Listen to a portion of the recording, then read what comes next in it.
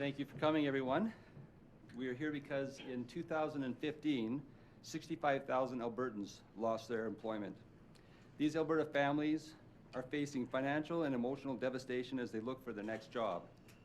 Last summer, as this economic downturn was picking up steam, I toured the province and spoke to the small business owners and workers alike about how new government policies were affecting their lives. Needless to say, I was very disappointed and discouraged by what I heard. They told me that increased minimum wage and increased corporate and personal income tax was beginning to take a toll on their businesses. Since then, they have had to deal with an added carbon tax. The outcome is less revenue, less hours, and less work, especially for the most vulnerable.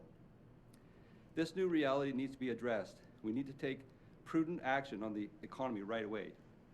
Now, we all know the NDP government can't control the price of oil. They spun that line every time that someone has asked them what they're going to do about the economy. But we say they can control how they react to it, and they can instill confidence in Alberta's industries. Albertans don't want excuses. They want leadership, and they want it now.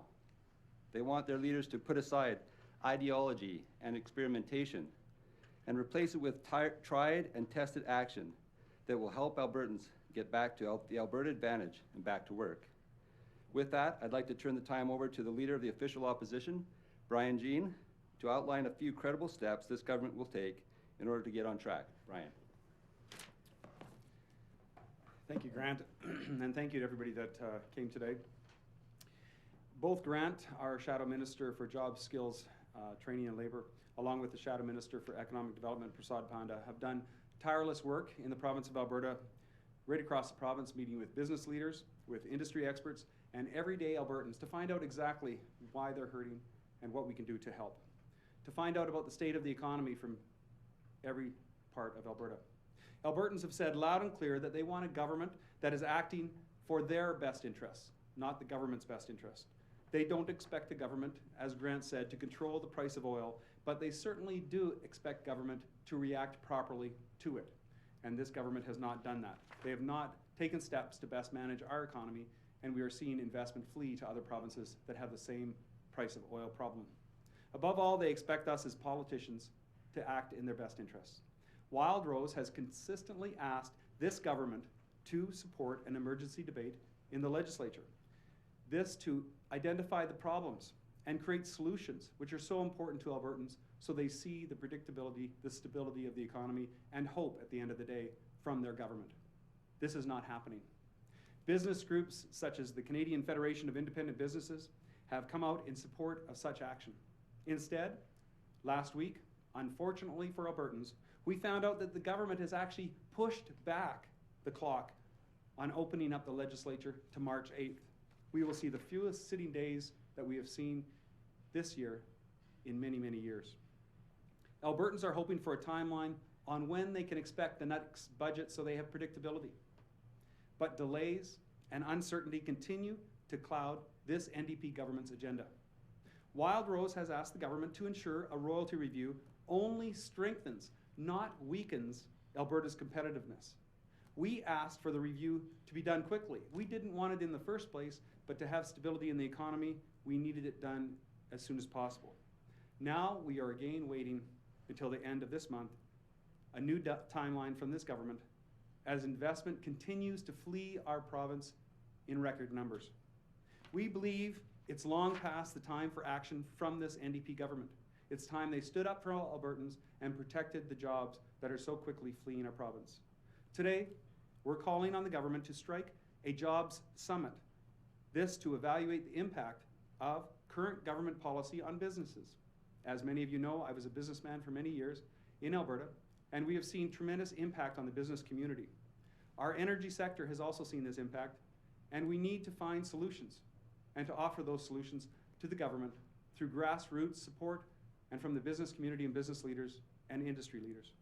The summit should include inviting small business leaders, energy experts, leaders from the charitable sector, and an all-party representation from the legislature to participate in all 4 moderated panels. We need to take the politics out of this emergency situation of jobs in Alberta. The panels should and would center around 4 key elements. The first, to estimate the impact of global commodity markets on Alberta's economy. Secondly, to analyze the consequence of NDP tax increases and the dramatic increase in the minimum wage.